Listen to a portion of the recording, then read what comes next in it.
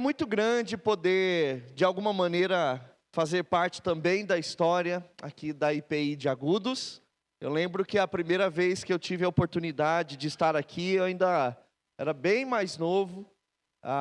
Em missões ainda, não tinha sido ordenado para o ministério pastoral. E foi uma bênção poder ter contato aqui com os irmãos, com as irmãs. Logicamente que a igreja aqui de Agudos tem uma proximidade pessoal e particular por conta do Rafa, seu Elias, dona Sônia, né, da minha mãe. Também trago aqui formalmente um abraço da primeira IPI de Bauru, igreja irmã, parceira. Eu nunca entendi esse negócio da gente ser de presbitério diferente, né? Ó. Tá tudo pertinho, Bauru, Agudos, mas enfim, né? Mas isso são só distâncias burocráticas, na verdade estamos juntos. E também o Fábio e a Laís, representando lá a primeira igreja, um casal querido, amigos nossos, que também vieram aí prestigiar esse tempo, né? E eu gostaria também de trazer um abraço em nome do conselho e agradecer a oportunidade pelo pastor Gilmar, também pelo conselho da igreja de Agudos, IPI de Agudos. Irmãos, eu gostaria de compartilhar também a palavra do Senhor e peço que você abra o texto de Daniel, capítulo de número 6. Livro do profeta Daniel, no capítulo de número 6, nós vamos fazer a leitura de todo esse capítulo. São 28 versículos, e é uma história extremamente conhecida. Talvez, tenho para mim que se nós estivéssemos inclusive com as nossas crianças aqui, elas poderiam nos dar uma aula sobre essa história. E deveras conhecida especialmente delas. Os irmãos acharam? Livro do profeta Daniel, capítulo de número 6. Peço que você acompanhe comigo a leitura. Diz assim a palavra do nosso Deus. Dario decidiu constituir 120 sátrapas para que administrassem todo o seu reino. Sobre eles colocou 3 presidentes, dos quais Daniel era um, aos quais estes sátrapas deveriam prestar contas para que o rei não tivesse nenhum prejuízo. Então o mesmo Daniel se destacou entre os demais presidentes e sátrapas, porque nele havia um espírito excelente. O rei até pensava em colocá-lo sobre todo o reino. Então os presidentes e os sátrapas começaram a procurar um pretexto relacionado com a administração do reino para poderem acusar Daniel. Mas não conseguiram encontrar esse pretexto, nem culpa alguma, porque ele era fiel e não se achava nele nenhum erro, nem culpa. Então esses homens disseram: nunca acharemos um pretexto para acusar esse Daniel, a menos que procuremos algo relacionado com a lei do Deus que ele adora. Então esses presidentes e sátrapas foram juntos falar com o rei e disseram: que o rei Dario viva eternamente. Todos os presidentes do reino, os prefeitos e sátrapas, conselheiros e governantes concordaram em que o rei baixe um decreto e sancione um interdito, ordenando que todo aquele que nos próximos 30 dias fizer um pedido a qualquer Deus ou qualquer homem, a não ser ao Senhor, ó rei, seja jogado na cova dos leões. Portanto, ó rei, sancione esse interdito e assine o documento para que não seja mudado, segundo a lei dos medos e dos persas, que não pode ser revogado. Assim o rei Dario assinou o documento e o interdito. Quando Daniel soube que o documento tinha sido assinado, voltou para casa. Em seu quarto, no andar de cima, as janelas abriam para o lado de Jerusalém. 3 vezes por dia ele se punha de joelhos, orava e dava graças diante do seu Deus, como era de seu costume. Então aqueles homens foram juntos até a casa de Daniel e o encontraram orando e fazendo súplicas diante do seu Deus. Depois se apresentaram ao rei para falar a respeito do interdito real. Perguntaram ao rei: não é verdade que o Senhor assinou um interdito ordenando, no espaço de 30 dias, que todo homem que fizesse um pedido a qualquer Deus ou qualquer homem, e não ao Senhor, ó rei, fosse jogado na cova dos leões? O rei respondeu: sim, o interdito está em vigor, segundo a lei dos medos e dos persas, que não pode ser revogada. Então eles disseram ao rei: esse Daniel, que é um dos exilados de Judá, faz pouco caso do Senhor, ó rei, e do interdito que o Senhor assinou.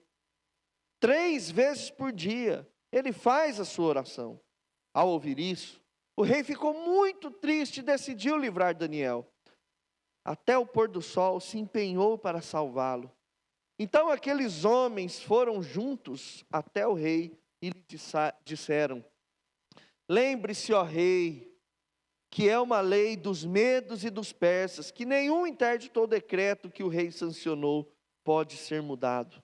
Então o rei ordenou que trouxessem Daniel e o jogassem na cova dos leões. O rei disse a Daniel: o seu Deus, a quem você serve continuamente, que ele o livre. Foi trazida uma pedra e ela foi colocada sobre a boca da cova. O rei selou a pedra com seu próprio anel e com o anel dos homens importantes do reino, para que nada se mudasse a respeito de Daniel. Então o rei se dirigiu para o seu palácio, passou a noite em jejum e não deixou trazer à sua presença instrumentos de música, e o sono fugiu dele. Pela manhã, ao romper do dia, o rei se levantou e foi depressa à cova dos leões. Ao se aproximar da cova, chamou Daniel com voz triste. O rei disse a Daniel: Daniel, servo do Deus vivo, será que o seu Deus, a quem você serve continuamente, conseguiu livrá-lo dos leões? Daniel respondeu: que o rei vive eternamente. O meu Deus enviou o seu anjo e fechou a boca dos leões, para que não me fizesse mal algum, porque fui considerado inocente diante dele, e também não cometi nenhum delito contra o Senhor, ó rei. Então o rei, com muita alegria, mandou que tirassem Daniel da cova. Assim Daniel foi tirado da cova e não se achou nele ferimento algum, porque havia confiado em seu Deus. O rei deu uma ordem, e foram trazidos aqueles homens que tinham acusado Daniel. Foram jogados na cova dos leões. Ele, os seus filhos, as suas mulheres, ainda não tinham chegado ao fundo da cova, e já os leões se apoderaram deles, e lhes esmigalharam todos os ossos. Então o rei Dario escreveu às pessoas de todos os povos, nações, línguas que habitam em toda a terra: ou que a paz lhe seja multiplicada. Faça um decreto pelo qual em todo o domínio do meu reino, todos tremam e temam diante do Deus de Daniel, porque ele é o Deus vivo, e que permanece para sempre. O seu reino não será destruído, o seu domínio não terá fim. Ele livra, salva, faz sinais e maravilhas no céu e na terra. Foi ele quem livrou Daniel do poder dos leões. Daniel prosperou no reino de Dario e no reino de Ciro, o persa. Queria pedir para que os irmãos mantivessem as Bíblias abertas, mas vamos orar. Feche seus olhos mais uma vez. Senhor Deus, muito obrigado pelo teu amor. Obrigado porque nós pudemos já orar juntos, cantar, interceder. Agradecer ao Senhor por aquilo que o Senhor tem feito nessa igreja ao longo de 118 anos. E pedimos a Deus que o Senhor fale uma vez mais conosco através da Tua palavra. Tua palavra é Teu instrumento para nos edificar, para nos levar à retidão dos nossos caminhos e para nos moldar segundo a semelhança de Cristo. Por isso, Deus, fala aos nossos corações e que possamos ouvir atentamente a Tua palavra, Deus. Oramos assim em nome de Jesus. Amém. Amém. Queridos, certamente se nós formos escolher as principais histórias da Bíblia, Daniel na cova dos leões é uma delas. Entretanto, se nós reduzirmos a história do profeta Daniel apenas ao momento que nós lemos desse texto, onde Daniel é jogado na cova, nós estaremos perdendo de vista tantos outros ensinos que a palavra de Deus tem a nos oferecer. É importante nós sabermos, primeiro, um resumo de como Daniel foi parar lá na Babilônia. E eu acredito que é de conhecimento dos irmãos e das irmãs, de modo que o que eu desejo fazer é apenas refrescar a nossa memória. Se nós voltarmos alguns anos atrás da história de Daniel, que nós lemos no capítulo de número 6, nós vamos nos lembrar que o Reino do Sul, cuja capital era Jerusalém, ela foi tomada por Nabucodonosor, imperador da Grande Babilônia. Durante 3 anos, na época do rei Jeoaquim, Nabucodonosor, ele cercou a cidade de Jerusalém. Essa era uma estratégia de guerra. Ninguém entra, ninguém sai. E o desespero tomou conta dos moradores de dentro da cidade. Até que quando a cidade estava fragilizada, Nabucodonosor foi contra ela. E ela não pôde resistir. Nabucodonosor, ele invadiu Jerusalém, queimou a cidade, destruiu o templo, profanou o templo e levou para a Babilônia os utensílios sagrados do templo. E se não bastasse isso, ele ainda levou alguns jovens notáveis para a Babilônia. E entre esses jovens estava ali Daniel, que tinha pelo menos 15 a 17 anos de idade. E não só Daniel, mas levou um grupo grande de pessoas. Houve uma grande deportação. E dentre essa grande quantidade de pessoas, alguns foram trabalhar na Babilônia como escravos. Outros foram servir o rei Nabucodonosor dentro do palácio. E dentro do palácio estava ali Daniel, Ananias, Azarias e Misael, conhecidos comumente como Daniel, Sadraque, Mesaque e Abednego. E desde jovem Daniel se mostrou diferente numa sociedade totalmente corrupta. Quando quiseram oferecer para Daniel as melhores comidas do reino, Daniel recusou juntamente com seus amigos e passou a fazer uma dieta vegana. Temos aí talvez a primeira referência de veganismo na Bíblia, né? E eu não estou dizendo com isso que a Bíblia apoia, viu? Mas foi circunstancial, totalmente. Coma carne, coma churrasco, é bênção de Deus. Mas Daniel, ele fez essa dieta, justamente porque ele não queria se contaminar com aquelas comidas que eram oferecidas aos deuses da Babilônia. E mesmo assim, Daniel e seus amigos se mostravam mais fortes que os jovens da Babilônia. E não era só nessa postura ética, firme, que Daniel mostrava o seu diferencial. Diante dos sonhos do rei Nabucodonosor, Daniel também era o único que conseguia interpretar. Nenhum dos sábios da Babilônia conseguiu interpretar os sonhos do rei, mas Daniel sim. Até que a história, ela, de repente,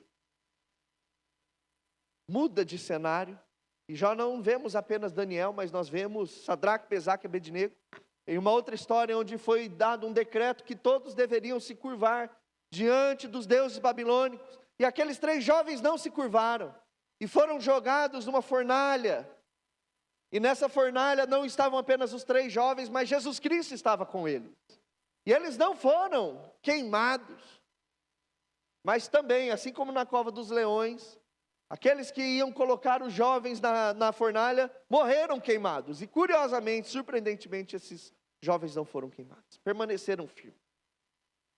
Só que no capítulo 6, nós já vemos um outro cenário. Aqui já não é mais o Daniel jovenzinho, de 17 anos de idade. Aqui nós temos um senhor de pelo menos 86, 88 anos. Nós estamos falando de um homem que viveu a sua vida em terra estrangeira. Ele não estava em Jerusalém. Daniel nunca mais voltou para ver aquilo que havia sido restado em Jerusalém. Daniel fez a sua morada na Babilônia. E também no capítulo 6, não era mais Nabucodonosor nem a Babilônia. Já era outro imperador, Dario, o persa. E aqui no último verso do capítulo 6, a gente viu que Daniel prosperou também no reino de Ciro, um imperador seguinte. Daniel foi um homem que atravessou fiel gerações de reinado. Mas Daniel continuava conservando o mesmo coração. O mesmo coração. E no capítulo de número 6, nós vamos ver o início dessa relação de Daniel com Dario. Dario, ele tinha assumido o governo na Babilônia fazia um ano apenas. Em um ano, Daniel já criou uma afinidade grande com Dario. De modo que Dario, quando ele assume a Babilônia, ele coloca Daniel entre os 3 homens com mais poderio daquele império. Ele separa 120 governantes, e sobre esses 120 ele coloca 3 presidentes. E Daniel era um deles. E entre esses 3, Daniel também se destacava. Tanto que o rei Dario pensava em colocar Daniel como o mais importante do seu reino. Esse Daniel era diferenciado. Até que, morrendo de inveja, os outros presidentes, os outros governadores, se reuniram, se macumunaram para fazer algo contra Daniel.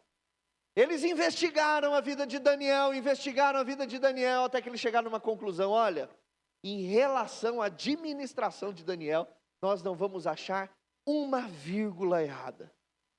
Não tem nada. Esse homem, ele não deixa uma brecha. Ele faz tudo com excelência, com decência. Mas, se nós quisermos pegar ele em alguma coisa, terá que ser na lei do Deus dele.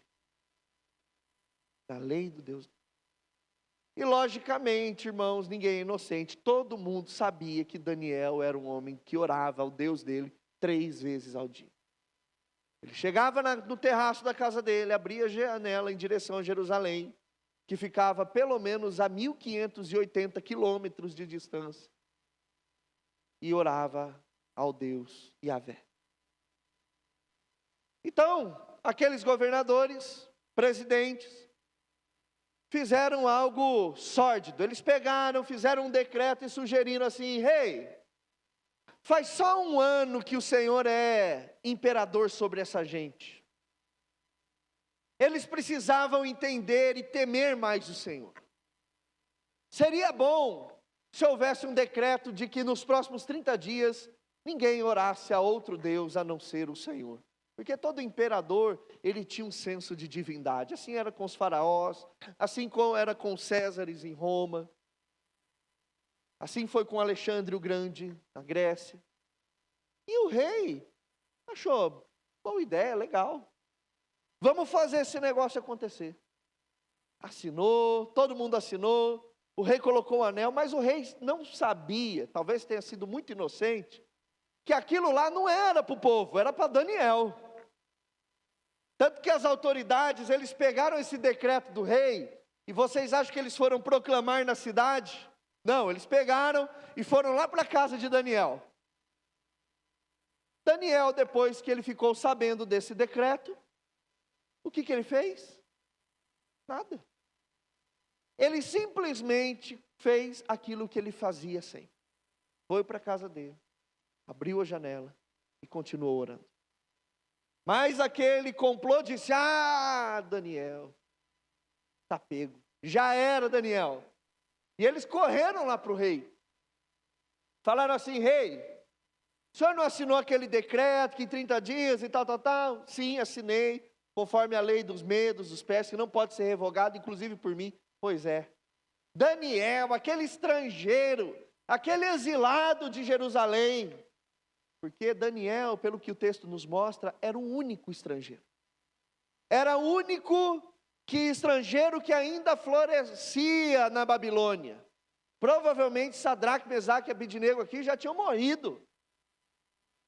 E Daniel era o remanescente estrangeiro que ainda estava lá e estava ocupando uma posição importante, inclusive no lugar do gente do povo, da terra. E o rei ficou muito, muito triste. E o texto é interessante porque a Bíblia nos diz que o rei ainda procurou algum meio de salvar Daniel, porque em um ano o relacionamento dos dois ficou muito próximo, ao ponto do rei querer colocar Daniel como o principal do rei. Mas esse grupo de governantes e presidentes falaram assim: não, rei, aqui não tem jeitinho brasileiro. Decretou, está decretado, e Daniel vai para a cova assim. Até que eles levam, o rei vai junto, eles abrem a cova onde estavam os leões e ali jogam Daniel na cova dos leões. E o rei sabia que isso era um caminho sem volta. Um caminho sem volta. Porque pensa o seguinte, eu não sei quem tem cachorro aqui. Eu já tive alguns, agora eu moro em apartamento, não tenho mais. Mas você já criou ou teve alguém que criou um cachorro num espaço pequeno, fechado, num cubículo? Cachorro, quando ele é criado num quintal grande, ele é feliz. Cria um cachorro num quartinho. Esse cachorro, ele fica extremamente agressivo. Tirando um pincher, que parece carregar uma legião desde que nasce, né? Pincher é um negócio que você pode deixar ele numa floresta, ele vai ser estressado. Agora, põe um cachorro num quartinho, cria ele lá e tenta fazer carinho para ele. Tenta fazer igual a gente faz com os pets hoje, pega ele e dá beijinho nele. O cachorro vai ficar doido. Agora imagina uma cova com os leões. Quando a Bíblia fala cova dos leões aqui, esquece o zoológico. Se você já teve a oportunidade de ir num zoológico na sua vida e ver leões no zoológico, esquece, não é isso que o texto está dizendo. Zoológico, tá certo, o leão está numa jaula, ele tem espaço, mas você é doido de entrar lá dentro? Não. Agora imagina uma cova, sabe como eram as covas onde os leões ficavam? Na Babilônia? E não só, mas no mundo antigo? Eram espaços pequenos, escuros, buracos feitos na terra, úmidos, sem contato visual com nada. Esses leões eram 10 vezes mais leões do que os leões da África. Esses leões, eles eram 1000 vezes mais bravos, agressivos e raivosos do que qualquer leão que a gente vê na vida. Porque hoje, se algum leão for criado numa cova, as agências humanitárias vão arrancar esse leão dessa cova. Imagina o que é ter leão criado nesse lugar. Leão já é um bicho que não é indomável. Não tinha um lá, tinham leões, vários. E eles estão num lugar escuro, fechado, úmido. Eles não veem nada. A única coisa que eles sabem é que tudo que é jogado naquela cova é para eles devorarem. Aí de repente cai lá um senhor de 86 anos. E eles fecham a cova. Por isso que quando o rei Dario volta no outro dia pela manhã, ele está com a voz triste. Ele está triste porque ele não tem esperança. Ele foi lá de alegre. Ele foi lá talvez para ver se dava pelo menos recuperar, sei lá. Porque até os ossos, os leões comiam. Se os nossos cachorros, a gente dá osso para eles, eles comem, imagina um leão. Mas surpreendentemente, o rei ouve a voz de Daniel. E Daniel, ele diz: rei, estou aqui. E o rei vive eternamente. O meu Deus, verso 22, enviou o seu anjo e fechou a boca dos leões, para que não me fizessem mal algum, porque fui considerado inocente diante dele.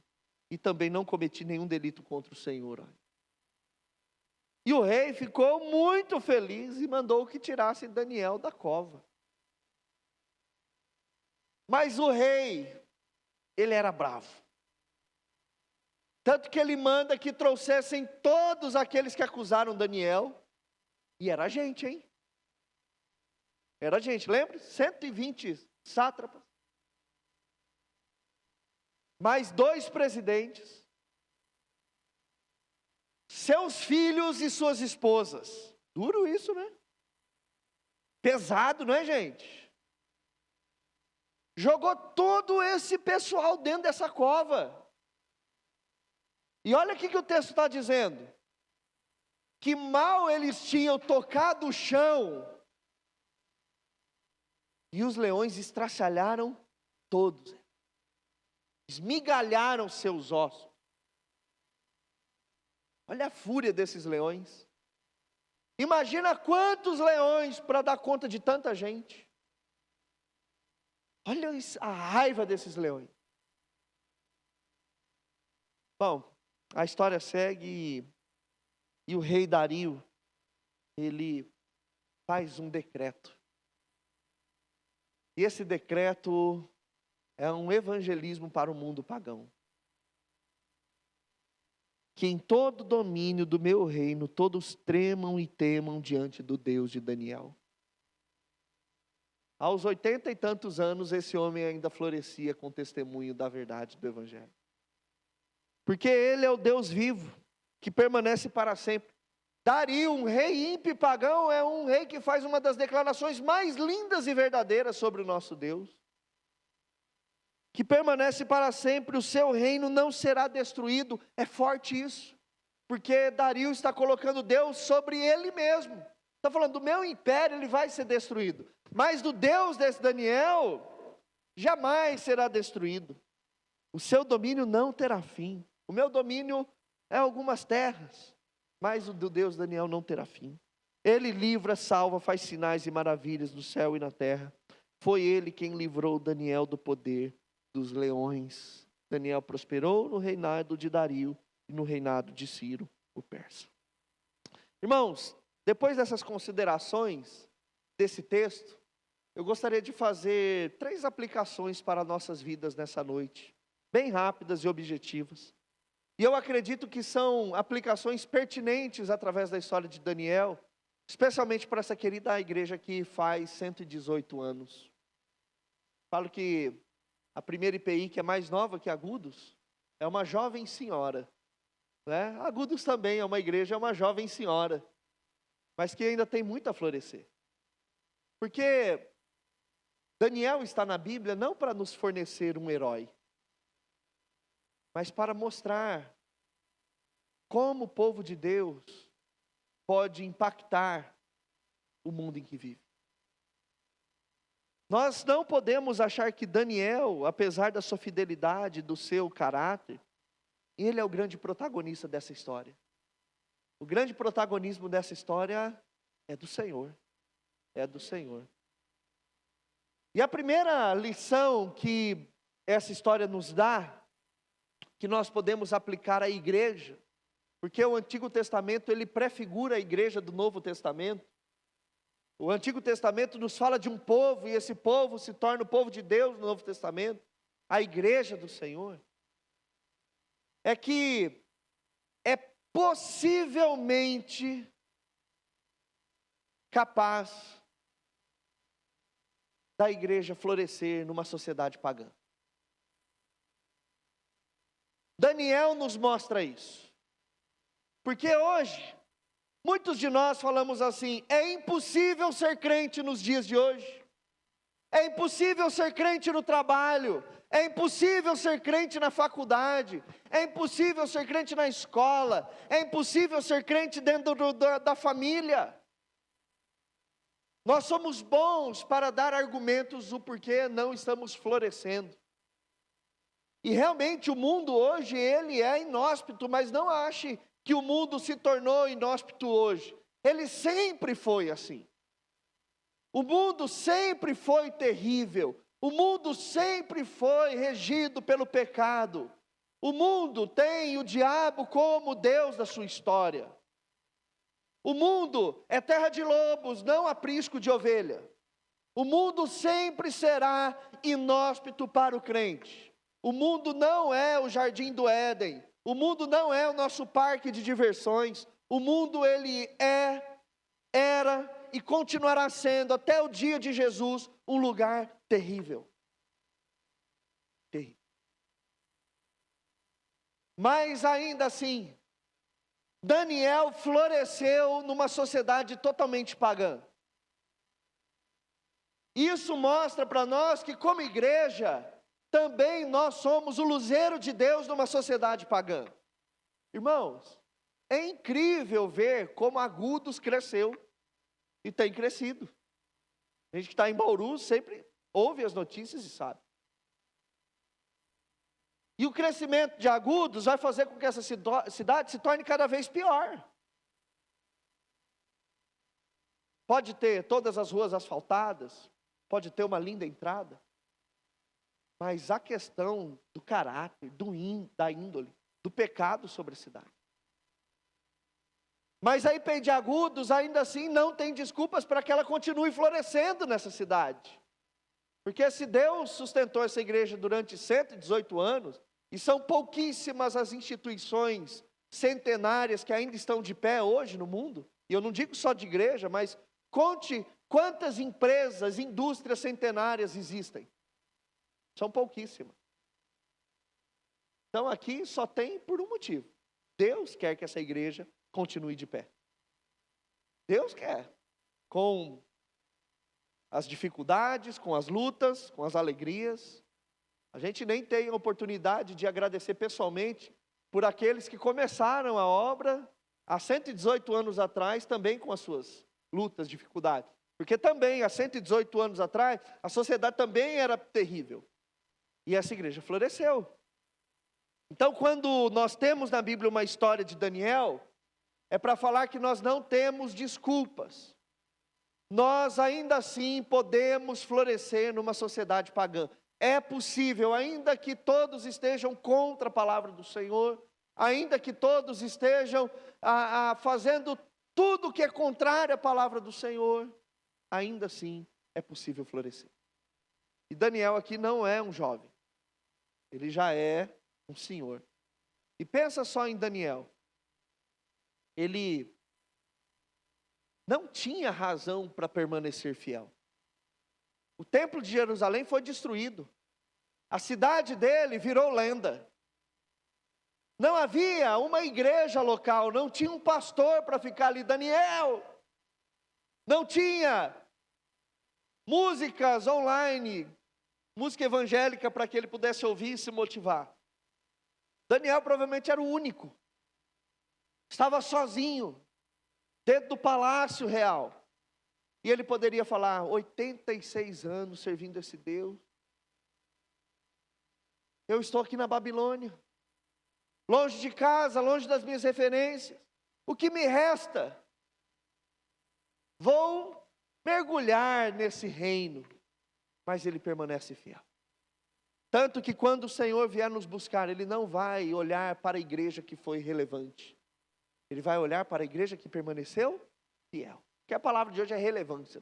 A gente tem que ser relevante. É muito legal aí fora, mas a igreja, ela tem a tarefa de ser fiel. Lá em Apocalipse, quando Jesus escreve as igrejas, ele sempre enfatiza que aquele que permanecer fiel. E ele está falando de indivíduos? Não. A carta é direcionada às igrejas. Jesus está dizendo às igrejas. Permaneçam fiéis. Assim como Daniel. Então o primeiro desafio é permanecer fiel e florescer numa sociedade pagã. O segundo ensino que esse texto nos dá, meus irmãos, é que para que a gente permaneça fiel numa sociedade pagã, a gente tem que entender que o nosso Deus é absurdamente poderoso. Porque o foco dessa história aqui não é a cova dos leões. Mas essa história da cova dos leões está aqui só para mostrar um negócio para a gente.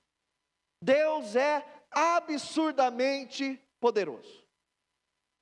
E essa também não é uma palavra motivacional para falar assim, olha, sempre que você cair numa cova, Deus vai livrar você de todos os leões. Não, não é assim, irmão. A gente sabe que não é assim.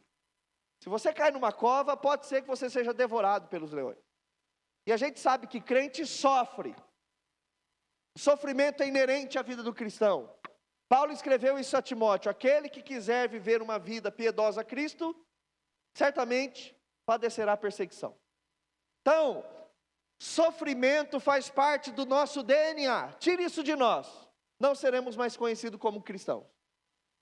Então, a verdade é que nossa vida aqui na terra vai ser luta, batalha. Nós vamos ser fustigados pelas ondas do mar. E muitos dos nossos problemas não serão resolvidos aqui. Mas nós olhamos para o triunfo que nos aguarda. A eternidade é o nosso prêmio. A resposta para as nossas aflições é saber que o consolo que recebemos vem de Cristo Jesus.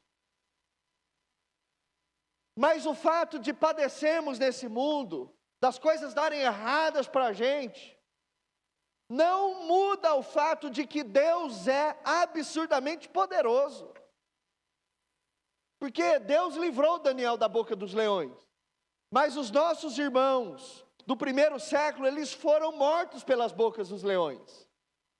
Então a questão não é que se Deus é poderoso, fecha a boca do leão, e quando ele não é poderoso, ele deixa a boca. Não, o que Deus está mostrando é assim, olha, seja fiel a mim, porque eu sou um Deus absurdamente poderoso. Eu posso fechar a boca de leões que moram no lugar úmido, escuro e apertado, que são raivosos. O nosso Deus é um Deus poderoso. Como a gente pode ilustrar o poder do nosso Deus? Nos lembrando que Deus é o Deus capaz de fechar a boca de muitos leões raivosos quando um homem está lá dentro. Não significa que ele vai fechar sempre. Mas Deus está mostrando, eu posso.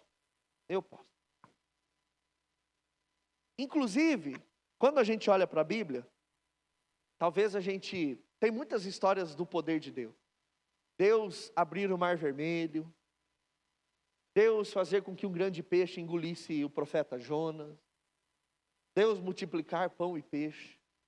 Isso são expressões do poder de Deus. Mas, particularmente, a que eu acho mais absurda é Deus fechar a boca dos leões. Porque isso é da natureza do leão.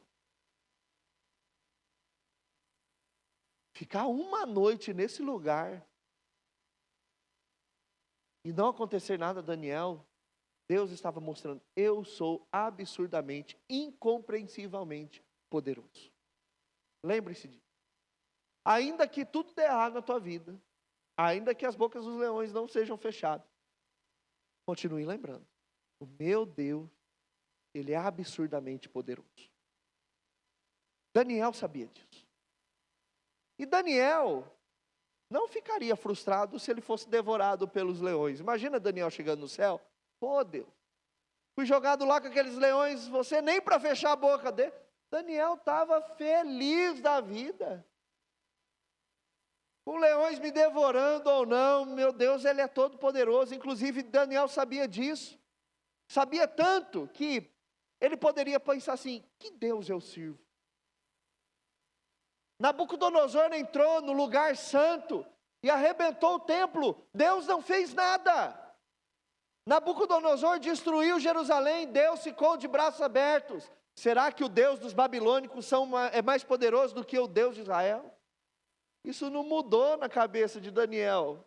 O fato da Babilônia ter ido contra Jerusalém ou Daniel ser jogado na cova dos leões não fazia diferença. As circunstâncias não moldavam a ideia que Daniel tinha sobre o poder de Deus. Para Daniel, Deus é poderoso, independente do que aconteça. No êxito ou não, Deus continua sendo poderoso. Deus não é tido por poderoso ou menos poderoso quando Ele faz ou deixa de fazer aquilo que eu espero ou quero. Deus, Ele é poderoso, independente de qualquer coisa.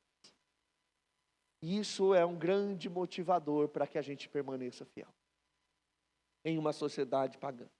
Então, mais uma aplicação para nós como igreja, para a igreja de Agudos, que faz 118 anos completou. Lembre-se sempre que Deus é absurdamente poderoso. Não há nada. Só há uma coisa que pode fazer essa igreja fechar as portas. O dia que Deus não quiser que essa igreja fique mais aberta. Porque não vai ser dinheiro, não vai ser gente, não vai ser circunstâncias. Nada pode contra a igreja do Senhor. Porque Ele é absurdamente poderoso. Pensa só, irmãos. Igreja tinha tudo para dar errado. As igrejas, nós somos um movimento extremamente desorganizado. Temos inúmeras denominações. Falamos mal uns dos outros. Não está escrito os escândalos relacionados à igreja. Teve uma denominação esses dias que o avião dessa igreja foi apreendido com não sei quantos quilos de maconha. Quem compraria uma ação de uma igreja na bolsa de valores crendo que ela iria se tornar rentável um dia? Ninguém. Ninguém no primeiro século apostaria um denário de que esse movimento estaria de pé mais de 2000 anos depois. E a gente está aqui. Porque nós somos bons, somos articulados, temos boas ideias. Não. Porque Deus quer. Porque Ele disse que as portas do inferno não vão prevalecer contra a igreja. Por quê? Porque Ele é absurdamente poderoso para sustentar a igreja. Sustentar uma igreja apesar de nós. Porque, vamos combinar, né? Nós não somos fáceis. Nós somos difíceis. Por trás do nosso sorrisinho, né? Existe tanta coisa, né? Vamos colocar aqui uma caixinha, né? Dê a sua sugestão aqui sobre a igreja. Meu Deus do céu. Se puder não colocar o nome ainda, hein? Ser anônimo. A igreja só está de pé pelo poder, porque Deus é absurdamente poderoso. Então, diante das lutas, que nós possamos nos lembrar, Deus é absurdamente poderoso. E por fim, meus irmãos, o testemunho da igreja, ele é a melhor estratégia de evangelização. Daniel, ele foi fiel, sabia que Deus era absurdamente poderoso. E ele nunca evangelizou Dario, ele nunca falou, viu, senta aqui, Dario, deixa eu falar para você do Deus Yahvé. Mas a fidelidade de Daniel crendo num Deus absurdamente poderoso, fez com que Dario, de livre e espontânea vontade, evangelizasse o mundo, fazendo um decreto para esse mundo, dizendo, temam e tremam Deus de Daniel, porque esse Deus é Deus vivo, permanece para sempre, o seu reino não será destruído, e o seu domínio não terá fim. Isso está dizendo para a gente que o nosso testemunho como crente é importante. Sabe que o crente tem às vezes uma fala do inferno, que é assim, ninguém tem nada a ver com a minha vida. Eu não estou nem aí pelo que os outros vão pensar de mim. Isso seria correto se você fosse pagão, mundano, não crente. Mas a partir do momento que você é crente, você representa algo melhor e maior do que você. Você é a igreja do Senhor, nós somos a igreja do Senhor caminhando. Sabe com que Jesus comparou a igreja? Como a cidade edificada no alto do monte. Quando nós nos reunimos, nós formamos essa cidade iluminada, mas quando nós saímos, nós nos tornamos sal espalhados pela cidade. Então, quando eu e você damos mau testemunho, péssimo testemunho, não é nós que estamos sendo afetados, mas sim a igreja de Jesus. No trabalho, em casa, com os nossos amigos, nas nossas relações, tudo isso proclama quem Deus é e o que a igreja é. Portanto, o crente não é alguém que fala assim, não devo satisfação para ninguém. Sim, nós devemos a satisfação uns pelos outros do nosso testemunho de vida. O mundo precisa ver a igreja, e ver a igreja através de cada um de nós. E quando nós somos fiéis e cremos num Deus absurdamente poderoso, inevitavelmente as pessoas temerão e tremerão diante do nosso Deus. Diante do nosso Deus. Irmãos, uma igreja com 118 anos, ela precisa reavivar dentro dela a importância do testemunho. Do testemunho. Porque, sem dúvida alguma, quanto mais testemunharmos do poder do Senhor, mais pessoas atrairemos ao nosso Deus. Que Deus abençoe em nome de Jesus, que Deus seja com essa igreja. Gostaria de orar por vocês mais uma vez. Feche seus olhos. Senhor Jesus, obrigado, Deus, pela tua palavra, obrigado pelo teu grande amor. Abençoe a Igreja Presbiteriana Independente de Agudos, ó Deus, que ao longo desses 118 anos tem permanecido nos teus caminhos. Que essa igreja possa florescer numa sociedade pagã. Que essa igreja não se esqueça que o Senhor é absurdamente poderoso. E que essa igreja continue evangelizando, atraindo pessoas ao Senhor através do testemunho de vida de cada um deles. Nós te louvamos, te agradecemos, em nome de Jesus. Amém e amém. Deus abençoe a todos. Muito obrigado pelo acolhimento e pelo carinho.